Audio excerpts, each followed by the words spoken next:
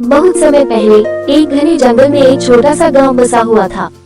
गांव के लोग उस जंगल को बहुत डरावना मानते थे क्योंकि वहां के बड़े बुजुर्गों का कहना था कि उस जंगल में एक भूत का वास था। लोग उसे जंगल का भूत कहकर पुकारते थे। रात के समय गांव वाले जंगल के पास जाने से डरते थे क्योंकि अक्सर रात के सन्नाटे में अजीब अजीब सी आवाजें सुनाई देती थी। कोई कहता कि उसने पेड़ों के बीच सफेद कपड़ों में लिपटा हुआ एक भूत देखा है, तो कोई कहता कि जंगल के अंदर कदम रखते ही उसे किसी ने पीछे से खींचने की कोशिश की। गांव में एक बहादुर युवक था जिसका नाम रमेश था। उसने कभी उन कहानियों पर विश्वास नहीं किया। एक दिन उसने ठान लिया कि वह इस भूत की सच्चाई जानकर रहेगा।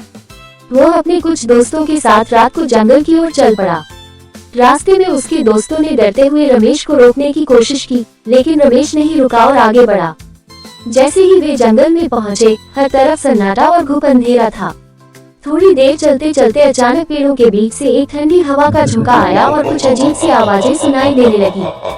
रमेश के दोस्त डरकर पीछे हटने लगे, लेकिन रमेश ने आगे बढ़ने का फैसला किया।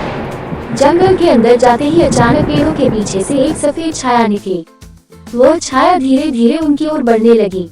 रमेश ने अपनी मशाल को ऊंचा किया और जोर से कहा, "तू कौन है? सामने आ।" तभी वह सफेद छाया और नजदीक आई और रमेश ने देखा कि वह भूत नहीं बल्कि एक बूढ़ा आदमी था जो सफेद चादर ओढ़े हुए था। वह बूढ़ा आदमी गांव से बहुत साल पहले गायब हो गया था। उसने रमेश को बताया कि वह यहाँ जंगल में खो गया था और लोगों को डराने के लिए उसने ये भूत की कहानी फैलाई थी ताकि कोई जंगल में न आए और उसे अकेला छोड़ दे। रमेश ने उस बूढ़े आदमी को गांव वापस लाया और सबको सच्चाई बताई। उस दिन के बाद गांव वालों ने जंगल से डरना बंद कर दिया और वह बूढ़ा आदमी फिर से गांव के लोगों के साथ रहने लगा।